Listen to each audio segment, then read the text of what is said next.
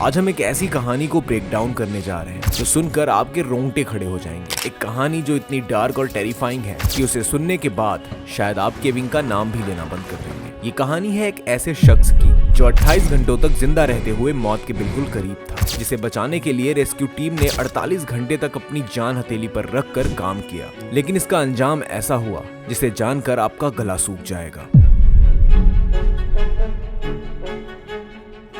यह है केविंग, एक ऐसा डेंजरस एडवेंचर जिसमें लोग गुफाओं के अंधेरों में घुस जाते हैं। वो गुफाएं जहां सांस लेने तक की जगह नहीं होती, जहां हर पल दम घुटने का खौफ होता है। ऐसे क्रैम्ड स्पेसेस जहां घुसने के लिए आपको अपनी बॉडी को लिटरली घिसना पड़ता है। कभी कभी तो लोग ऐसी जगहों से वापस भी नहीं आ पाते। आज हम बात करेंगे ऐसे ही एक हॉरिफाइंग इंसिडेंट की।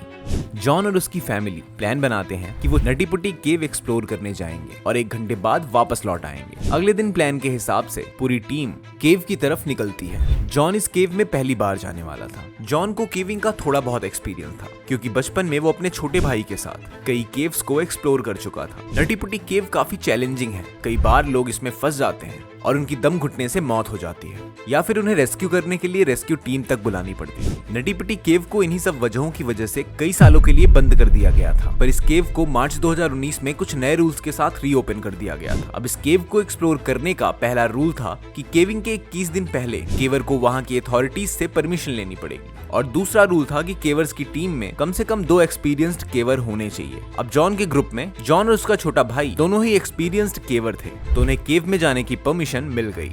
और फिर जॉन और उसका ग्रुप 24 नवंबर को नटी पुटी केव के एंट्रेंस के अंदर घुसते हैं, और उनके ग्रुप के पहले 1 घंटे काफी अच्छे गुजरते हैं। उसके बाद जॉन और उसका भाई मैप देखकर डिसाइड करते हैं कि वो केव के सबसे चैलेंजिंग और डीपर सेक्शन में, जिसे बर्थ कैनल के नाम से जाना जाता है, उसे एक्सप्लोर करेंगे। मैप के हिसाब से ऐसा समझ में आता है कि यहाँ एक लंबा टाइट पैसेज है, जिसे क्रॉस करने के बाद एक और लॉन्ग टाइट पैसेज है, जिसके बाद आपको अपनी बॉडी को मोड़ने और आराम करने की जगह मिल जाएगी, जहाँ से वो वापस आ सकते हैं। ये एरिया इतना टाइट था कि यहाँ से एक्सपीरियंस केवर भी जल्दी नहीं निकल पाते थे। अब जॉन और उसके छोटे भाई को वो बर्थ कैनल मिल जाती है और दोनों उसमें घुस जाते हैं। और जैसा कि आप मैप में देख पा रहे होंगे, इसमें 2 रास्ते हैं और जॉन गलत रास्ते में घुस जाता है। धीरे धीरे वो आगे बढ़ते जाता है और वो अब क्रॉक स्क्रू तक पहुंच चुका था। इस क्रॉक स्क्रू को क्रॉस करने के लिए केवर को बहुत फ्लेक्सिबल और हाइट में काफी छोटा होने की जरूरत होती है, लेकिन जॉन की हाइट 6 फीट और उसका वेट 19 kgs था, जिसकी वजह से जॉन को काफी दिक्कत आ रही थी। और जैसे जैसे जॉन आगे बढ़ रहा था, वैसे वैसे पैसेज और ज्यादा टाइट होता जा रहा था। लेकिन जॉन ये सोचकर आगे बढ़ता रहा कि शायद वो इस केव की सबसे टाइट पैसेज से गुजर रहा है। इसको क्रॉस करने के बाद उसे अपनी बॉडी को टर्न करने की जगह मिल जाएगी। इसी उम्मीद में जॉन आगे बढ़ते जा रहा था। जॉन का सर आगे की तरफ और पैर पीछे की तरफ था, जिससे उसे कुछ भी पता नहीं चल पा रहा था कि वो कहाँ पहुंचा है।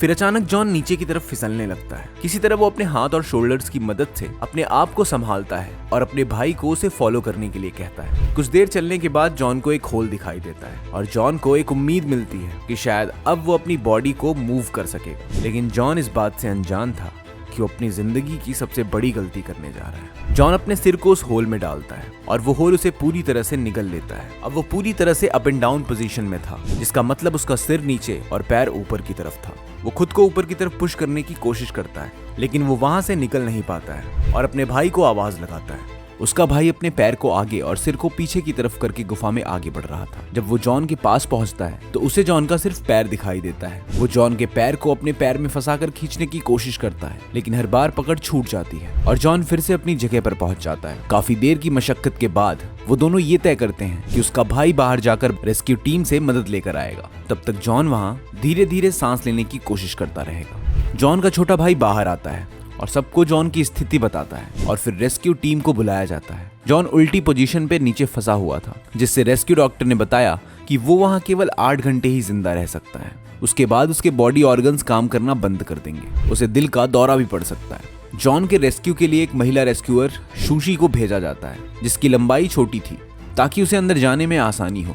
सुशी के पैर में रस्सी बांधकर उसे भेजा जाता है ताकि वो आसानी से वापस आ सके। रात के 12 बजे वो जॉन से मिलती है। उसका हालचाल पूछकर उसे शांत करने की कोशिश करती है। सुशी जॉन के पैर में रस्सी बांधकर खींचने की कोशिश करती है, लेकिन रस्सी में ज्यादा फ्रिक्शन के कारण वो उसे खींच नहीं पाती। कुछ घंटों की मशक्कत के बाद जब उसे लगता है कि वो कुछ नहीं कर पा रही तब वो वापस आ जाती है। फिर रेस्क्यू टीम जॉन को निकालने के लिए पुलिस सिस्टम इंस्टॉल करने का प्लान बनाती है। टनल के तंग रास्तों की वजह से ज्यादा इंस्ट्रूमेंट्स अंदर नहीं ले जाए जा सकते थे और एक बार में एक ही सदस्य अंदर जा सकता था। अब जॉन को वहां फंसे हुए 12 घंटे बीत चुके थे और उसका शरीर भी साथ नहीं दे रहा था। समय बीतता जा रहा था और जॉन की फैमिली के लिए ये देखना मुश्किल होता जा रहा था। करीब 18 घंटे बाद पुलिस सिस्टम इंस्टॉल हो चुका था। अब रैन नाम का एक रेस्क्यूअर अंदर भेजा जाता है जो जॉन के पास पहुंचकर उसे दिलासा देने की कोशिश करता है और उसके पैर में रस्सी बांधकर खींचने की कोशिश करता है, लेकिन उल्टी दिशा में होने की वजह से और इतना समय बीतने के कारण जॉन बिल्कुल भी कोऑपरेट नहीं कर पा रहा था। उसके पैरों में बहुत दर्द हो रहा था जिससे रेयान उसे खींच नहीं पा रहा था। रेयान पूरी कोशिश कर रहा था कि वो जॉन को जल्द से जल्द बाहर निकाल ले, लेकिन तभी कुछ ऐसा होता है कि दीवार में ड्रिल किया गया बोल्ट निकलकर रेयान के सिर पर गिर जाता है जिससे वो वहीं बेहोश हो जाता है। जब वो होश में आता है तो उसके सिर से खून बह रहा होता है। रेयान को गुफा से बाहर निकालना पड़ता है। अब जॉन को निकालने के लिए उसके पिता अंदर जाते हैं और वे टूटे हुए पुलिस सिस्टम को फिर से इंस्टॉल करते हैं जिसमें काफी समय लग जाता है। जब जॉन के पिता जॉन तक पहुंचते हैं तो उन्हें एहसास होता है कि जॉन अब कोई भी प्रतिक्रिया नहीं दे रहा है। इसके बाद रेस्क्यू टीम की मेडिकल टीम को अंदर भेजकर ये पता करवाया जाता है कि जॉन जिंदा है या मर चुका है। मेडिकल टीम अंदर जाती है और जांच में उन्हें पता चलता है कि जॉन अब इस दुनिया में नहीं है। 25 तारीख की रात 11:56 पर आधिकारिक पुष्टि कर दी जाती है कि जॉन अब इस दुनिया में नहीं रहा। इस बात पर उसकी पत्नी और उसके घर वाले भरोसा नहीं कर पा रहे थे। फिर जॉन की बॉडी को उसी गुफा में छोड़कर उस गुफा को हमेशा के लिए बंद कर दिया जाता है। एडवेंचरस और वंडरलस्ट होना अच्छी बात है, लेकिन कई बार लोगों के ऐसे शौक के कारण उनकी फैमिली को एक कभी ना भर पाने वाले जख्म के साथ जीना पड़ता है। अगर आपको ये वीडियो पसंद आई हो तो वीडियो को लाइक करें, हमारे चैनल को सब्सक्राइब करें। हम फिर मिलेंगे आपको ऐसी ही एक और कहानी के साथ।